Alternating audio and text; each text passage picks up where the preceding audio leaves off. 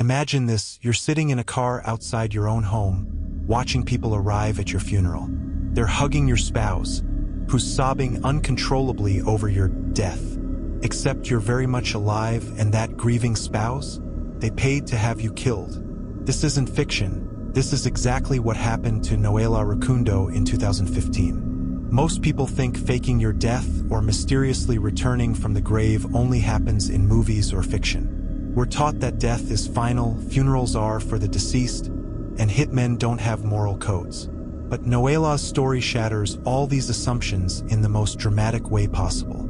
I've researched dozens of presumed dead cases, and this one stands out because it has evidence most others lack. Recorded confessions, court documents, and multiple witness accounts. In the next 3 minutes, I'll walk you through how an ordinary woman turned the tables on her would-be murderer in a way that made headlines worldwide. Let's start with how this nightmare began. In 2015, Noela Rukundo, an Australian resident originally from Burundi, traveled to her home country for a family funeral. While there, her husband Bailna Kalala called her, seemingly concerned about her well-being. "Go outside and get some fresh air," he suggested, sounding like a caring spouse. When she stepped outside her hotel, armed men kidnapped her at gunpoint. Hours later, they revealed the shocking truth. Her husband had paid them just $7,000 to end her life. What makes this case different from typical murder-for-hire plots is the paper trail. Kalala made multiple international money transfers to the hitmen, transfers that were later used as evidence. He also made several calls to confirm the job was done, never suspecting these calls would be recorded. The level of premeditation here reveals how someone you trust completely can lead a double life you never suspected. Now for the most incredible part of this story. The hitmen, after kidnapping Noela and telling her about her husband's plan, made a decision that defies our understanding of paid assassins. They refused to kill her. "We don't kill women and children," they told her. Instead, they gave her recordings of their phone calls with her husband, kept her payment, and after holding her for 2 days, released her with a cell phone, recordings of her husband's calls, and a warning never to return home. This moral code among hitmen isn't just surprising. It's part of a documented pattern in certain regions. Research has found that in parts of East Africa, some criminal organizations operate with specific codes that prohibit violence against women and children, regardless of payment. It's a reminder that even in the darkest situations, unexpected humanity can emerge. With the help of her pastor in Melbourne, Noela secretly returned to Australia while her husband told everyone she had died in an accident in Burundi. For days, she watched from hiding as he collected funeral donations and prepared her memorial service. The funeral service had just ended. Mourners were leaving, offering final condolences to Bailna Kalala outside their home in Melbourne.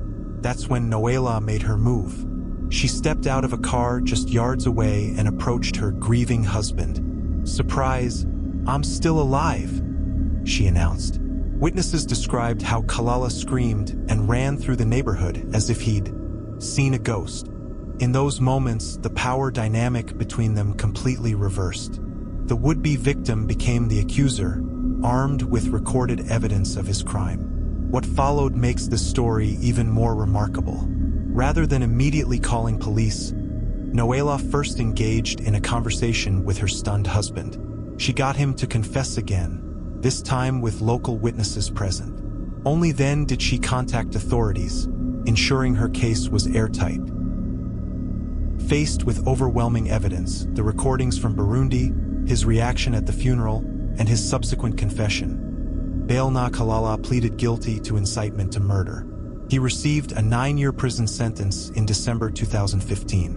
What's less known is how this case changed legal approaches to international murder plots. Australian courts had to navigate complex jurisdictional issues since the crime was planned in Australia but meant to be executed in Burundi. The case has since been cited in international law discussions about cross-border criminal responsibility. For Noela, the aftermath brought both challenges and redemption. She had to rebuild her life as a single mother while processing extreme trauma. Yet her story inspired protective policy changes in Australia for women facing domestic violence with international dimensions. Sometimes truth truly is more shocking than fiction. Noela's story reminds us that even in the most hopeless situations, unexpected twists can change everything.